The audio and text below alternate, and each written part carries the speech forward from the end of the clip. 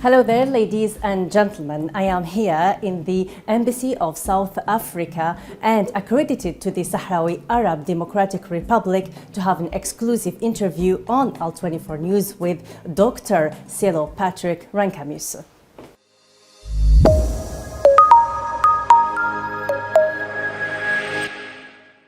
Well, in the beginning, of course, Omicron is going to dominate our discussion, and we are going to start with the latest statements of World Health Organization that says that it's too early to judge Omicron.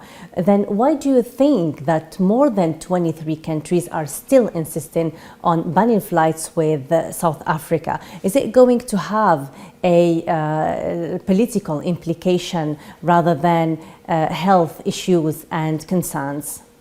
Thank you for inviting me to be part of your program.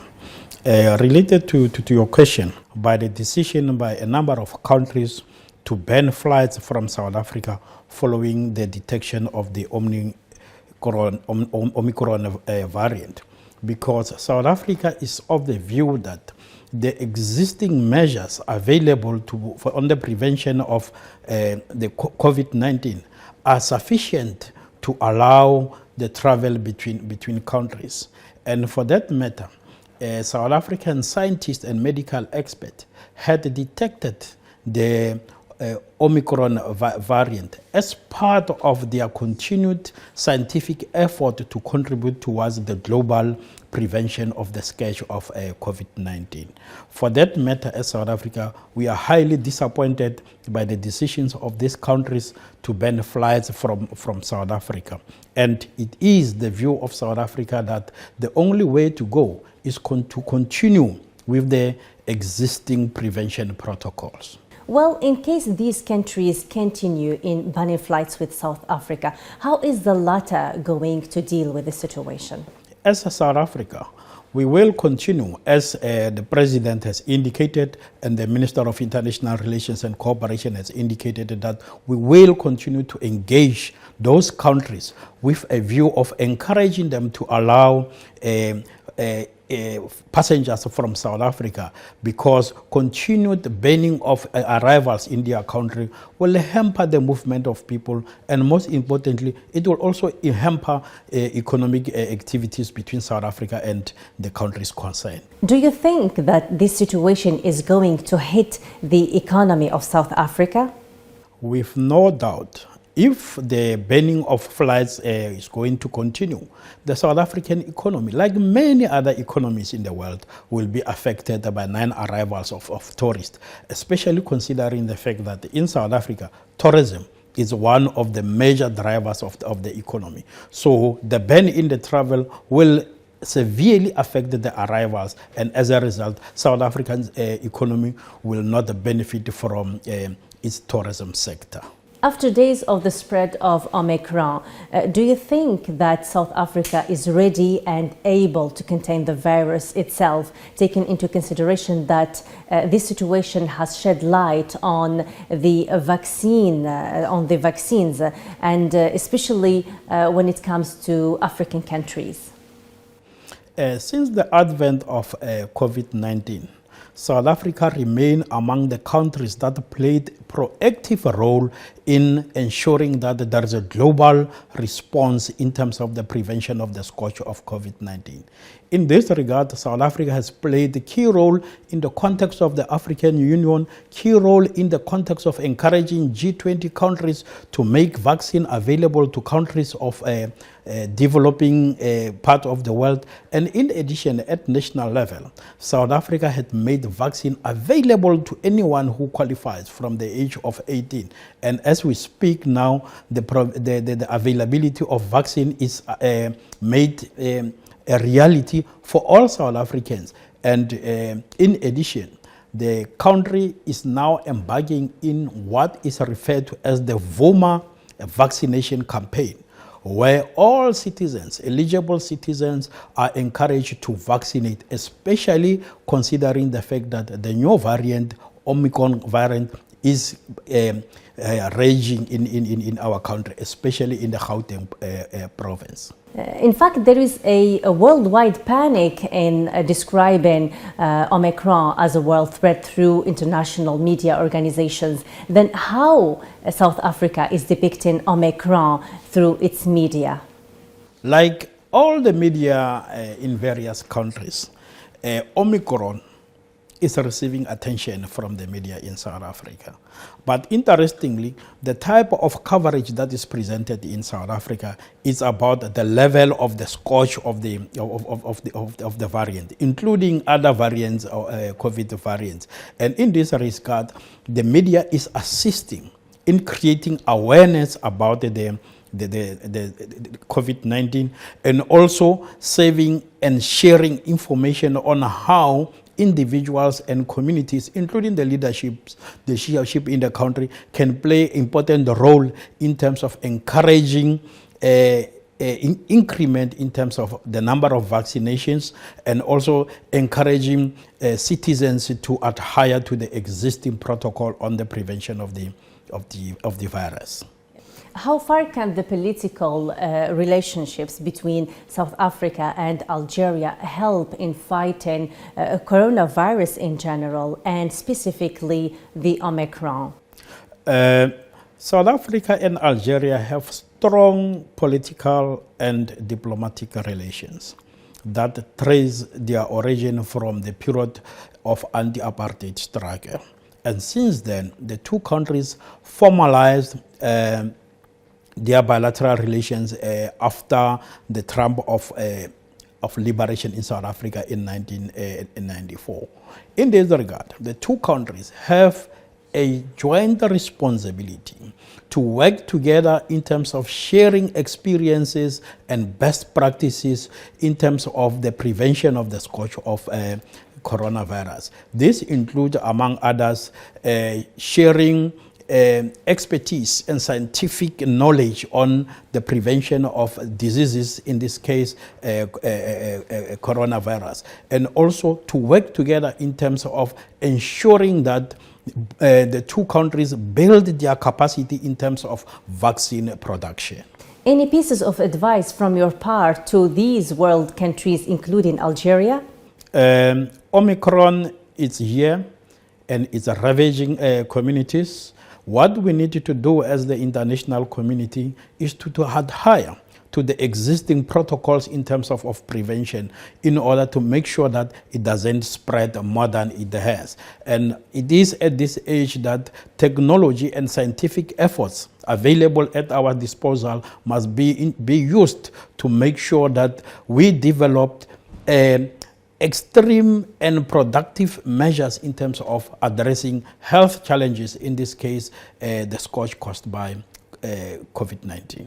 Now we are going to move and talk a little bit about politics, and here political relationships between Algeria and South Africa have been strengthened lately due to exchange visit, the last of which is actually the visit of the Minister of International Relations and Cooperation, Naledi Pandor. How do you think that last visit has strengthened the relationship between Algeria and South Africa? As I indicated earlier, South Africa and Algeria have strong diplomatic and political relations. And the visit by the Minister of International Relations, Dr. Naledi Pandor, to Algeria recently served as one example to demonstrate the strong bilateral relations between the two countries. Most importantly, during the visit, Minister Pandor, together with his counterpart in Algeria, agreed to enhance the existing cooperation in various fields, especially in the fields of trade and investment. And again, the two countries committed to continue to work together in advancing the realization of the Africa Development Agenda, and agreed once again to work together in addressing and representing the interest of Africa in global affairs. Well, Dr. Rankomis, what do you think about the efforts of the United Nations and world countries in support of the Palestinian cause and the Sahrawi people's issue, including Algeria? Our embassy in Algiers is also accredited to Western Sahara. And as South Africa, we remain very much involved in international discourse and efforts in terms of finding a solution to both the Palestinian and the Western Sahara crisis. In this regard, South Africa strongly believes that each and every nation, as provided in the Charter of the United Nations, have a right to sovereignty. And we strongly urge the international community to work closely towards speedy resolution of the question of Western Sahara and the occupation of Palestine by Israel. We strongly believe that when it comes to Western Sahara, together with Morocco, they are members of the African Union.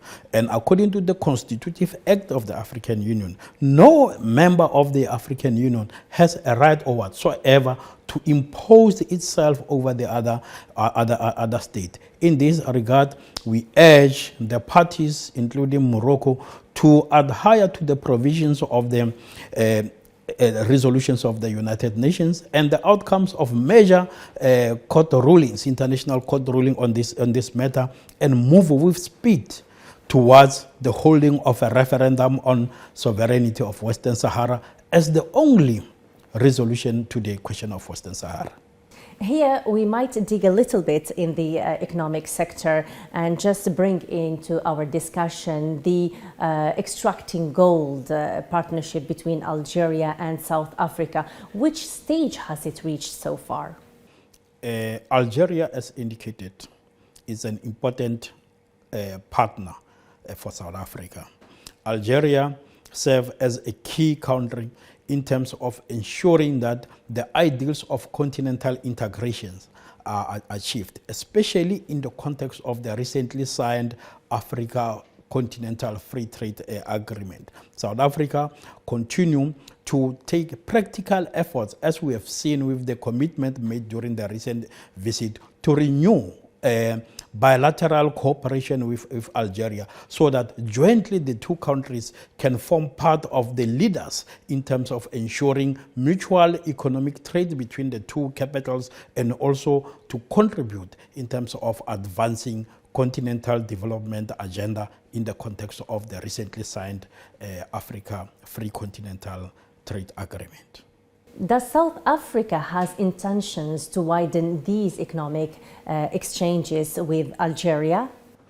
During the recent visit by Minister Naledi Pandor, both countries agreed that there is a need to renew and revive all the existing agreements and memorandum of understanding in various fields, including in the field of mining, tourism, education, arts and culture, to mention but a few. And most importantly, they agreed on the need for scientific and educational exchanges between the two countries, including the need to improve people-to-people interaction as part of strengthening the already good and excellent bilateral relations between the two countries. To a different story now, and there are talks about the intention of opening direct flights between the major South African provinces and Algeria. What is about this?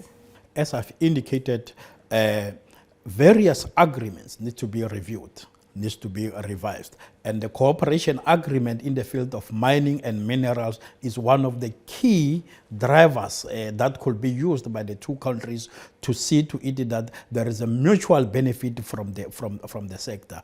As the situation stands, the two countries and senior officials from both countries are working very hard to ensure that during the next structured engagement between the principals, the agreements, including in the field of mining, is finalized and signed.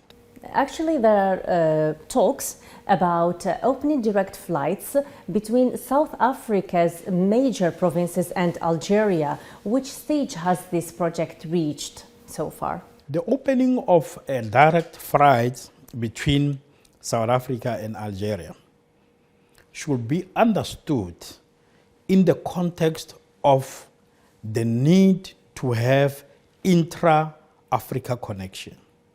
Because as the situation stands, traveling from one African country to the other, using the example of traveling from South Africa to Algeria, one is forced to connect either in Asia or in Europe. So there is a further need for African countries to work together in terms of ensuring that there is intra-African connection, so that the distance and the time used in terms of reaching African destination is minimized. And that will also assist in terms of the movement of goods and services. And as the situation stands, the efforts towards having a direct air connection between South Africa and Algeria is one of the key issues that are discussed in terms of energizing bilateral cooperation between the two countries. And finally, we cannot miss the chance in our discussion and not talk about Nelson Mandela, the late ex-president of South Africa and Nobel Peace Laureate. The world, and especially the UNESCO, have celebrated his 8th anniversary since he has passed. He has done a lot in order to fight apartheid, poverty, and even inequality. Do you think that his legacy, that this legendary man has brought, is it still prevalent in the 21st century, where unfortunately we still see some traces of poverty, inequality, and apartheid and racism here and there around the world? The late President Nelson Mandela is our national icon. He is an international icon. His contribution in the struggle against apartheid is well known. And it is for this reason, as you have rightfully indicated, that he has received the Nobel Peace Prize. And what is glaring within the international context is that the fight against racism globally is anchored around the contribution of Nelson Mandela and the experience of South Africa during the anti-apartheid struggle. It is for this reason that even today, nations, big and small, that are experiencing exploitation, foreign occupation, and denial of the right to sovereignty are using the example of South Africa, the inspiration and the courage of Nelson Mandela in their own struggle for self-determination and territorial integrity. As I have indicated earlier, countries, states such as Palestine, states such as Western Sahara are drawing inspiration from Nelson Mandela because he showed that if people are united for a just cause, it is possible to achieve freedom and independence for the benefit of the young children of those affected countries and for the benefit of creating a just and equitable world order. Thank you so much for accepting our invitation. Okay, thank you very much. And thank you so much for following us on AL24 News. Thanks for watching. Bye.